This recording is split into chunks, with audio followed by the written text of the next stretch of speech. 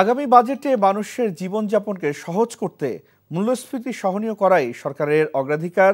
প্রধান উপদেষ্টার অর্থ মন্ত্রণালয় সংক্রান্ত বিশেষ সহকারী ডক্টর আনিসুজ্জামান চৌধুরী তিনি বলেন, আইসিইউ থেকে বেরিয়েছে দেশের অর্থনীতি।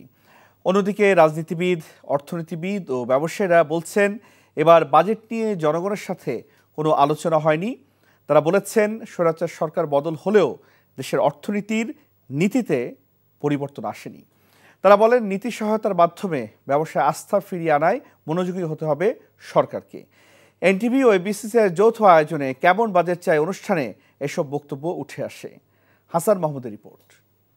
অগণিত দর্শকদের শুভেচ্ছা জানাচ্ছি।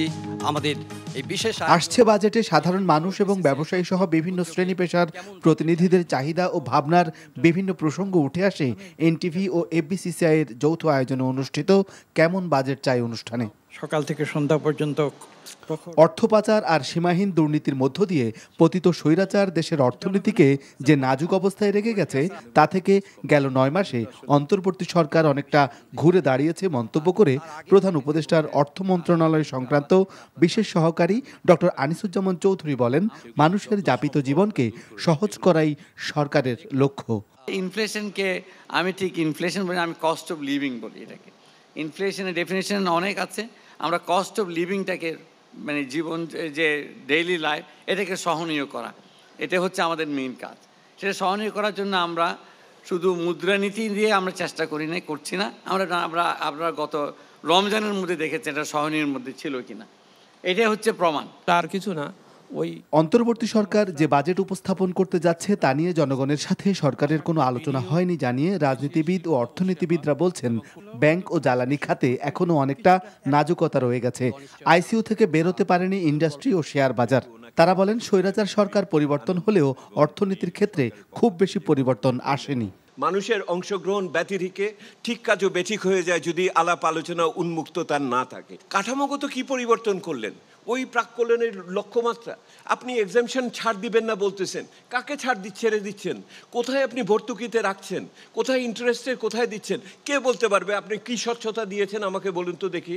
ওই একটা স্বৈরাচারী সরকারের সময় যে স্বচ্ছতার অভাব দেখেছি, সকলকে আমাদের থামিয়ে দিয়েছে। একই কাজ তো একইভাবে আপনারা করলেন, আপনারা কোনো স্বচ্ছতা দিলেন না। কিভাবে করের ভিতর থেকে কিভাবে নিয়ে গেলেন? এইবারের বাজেট বিগত বছরের বাজেটের চেয়ে পরিমাণটি কিন্তু কমানো হয়েছে। এই যে বাজেটটা ঊর্ধ্বমুখী না গিয়ে নিম্নমুখী গেল, এটা কিন্তু একটা এক্সট্রাঅর্ডিনারি থিং। সেটা কত ছোটই হোক বা বড়ই হোক, তারা সাহসী একটা সিদ্ধান্ত নিয়েছে। আমি এটার কোয়ান্টিটেটিভ সাইডটা নয়, কোয়ালিটেটিভ সাইডটা তাদের দেখা উচিত ছিল। মোট বাজেটটা কমেছে, কিন্তু এখানে কি হয়েছে, এখানে উন্নয়ন বাজেটটা কমিয়ে আনা হয়েছে, কিন্তু রেভিনিউ বাজেটটা বেড়ে গিয়েছে। এটা কিন্তু this is a bad sign. মানুষের মঙ্গলের কথা বিবেচনায় নিয়ে আসছে বাজেটে নজিরবিহীন কর ছাড় দেওয়ার উল্লেখ করে এনবিআর প্রশাসক বলেন, রপ্তানি খাতে উৎস কর কমিয়ে আনার বিষয়েও ভাবছে সরকার। ব্যবসা ক্ষেত্রে নিরবচ্ছিন্ন জ্বালানি নিশ্চিত করা সহ কর ব্যবস্থাপনায় পরিবর্তনের তাগিদ ব্যবসায়ীদের।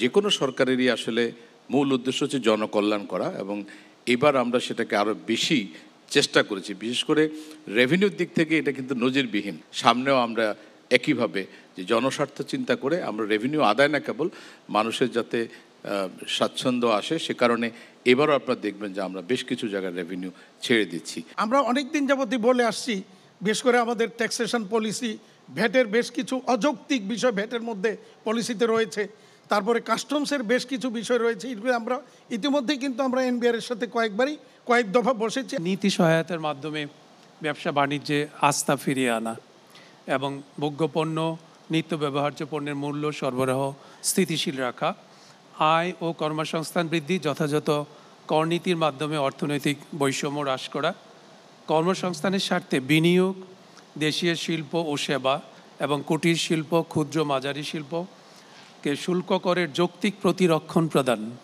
শিক্ষা, স্বাস্থ্য, কৃষি ও সামাজিক নিরাপত্তা খাতকে গুরুত্ব দিয়ে ক্ষুদ্র এবং প্রান্তিক উদ্যোক্তাদের প্রণোদনা দেওয়ার কথা উঠে আসে আলোচনায়।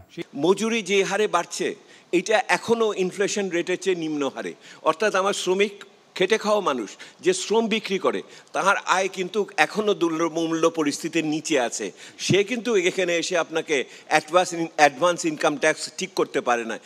মেগা প্রকল্পে রাশ টেনে সরকারি বিনিয়োগ ও কর্মসংস্থান নিশ্চিত করতে প্রয়োজনীয় পদক্ষেপ নিয়ে বৈষম্য কমানোর তাগিদ অংশগ্রহণকারীদের। উপদেষ্টা মহোদয় যেটা বললেন, হাসান মাহমুদ, NTV নিউজ, ঢাকা।